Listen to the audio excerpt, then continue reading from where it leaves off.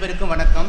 நம்மளுடைய கோடைகால முகாமிற்கு வருகை தந்திருக்கக்கூடிய சிறப்பு விருந்தினர்கள் அனைவரையும் வணங்கி, இந்த மாலை நேர கல்வி மைய குழந்தைகளையும் வணங்கி, இந்த நிகழ்விற்கு வருகை தந்திருக்கக்கூடிய அனைத்து நல் உள்ளங்களையும் கல்வொட்டர் சமூக வளர்ச்சி திட்டத்தின் சார்பாகவும் ஐடியாஸ் மையம் மற்றும் மனோன்மணி ட்ரஸ்ட் மற்றும் மக்கள் கண்காணிப்பகம் முப்பெரும் அமைப்புகளுடன் இணைந்து உங்களை வரவேற்பதில் பெரும் மகிழ்ச்சி அடைகின்றோம்.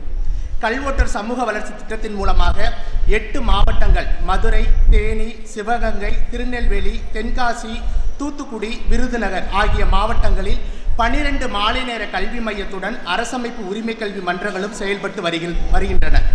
இந்த மையங்களில் பயிலக்கூடிய குழந்தைகளுடைய இடைநிறுத்தலை தவிர்ப்பதற்காகவும், குழந்தை திருமணம் நடைபெறாத ஒரு பகுதியாக மாற்றுவதற்காகவும், குழந்தை தொழிலாளர் இல்லாத முறையை ஒழிப்பதற்காகவும், பள்ளி வயது குழந்தைகளை பள்ளியில் சேர்ப்பதற்கான நடவடிக்கைகளை கல்வொட்டர் சமூக வளர்ச்சி திட்டத்தின் மூலமாக மேற்கொள்ளப்பட்டு வருகின்றன.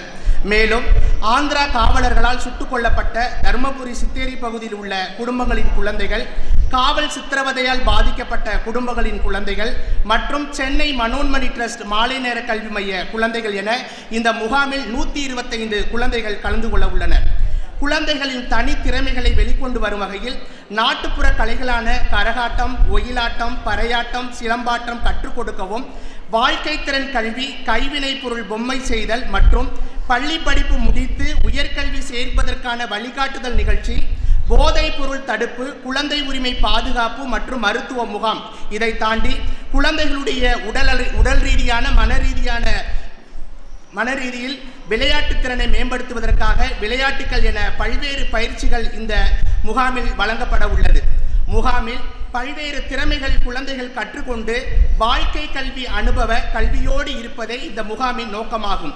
குழந்தைகளை தொடர்ந்து பள்ளியில் படிக்க வைத்தல், பள்ளி படிப்பை முடித்து உயர்கல்வியில் சேர்த்தல், உயர்கல்வி பள்ளியில் சேர்க்கப்பட்ட குழந்தைகள் மாணவர்கள் இடைநிறுத்தமின்றி கண்காணித்து மாலை நேர கல்வி மையத்தின் மூலமாக இந்த குழந்தைகள் மேன்மேலும் உயர்கல்வி சேர்வதற்கான இந்த ஒரு நிகழ்வு தான் இந்த கோடைகால முகாமில் ஏற்பாடு செய்யப்பட்டுள்ளது.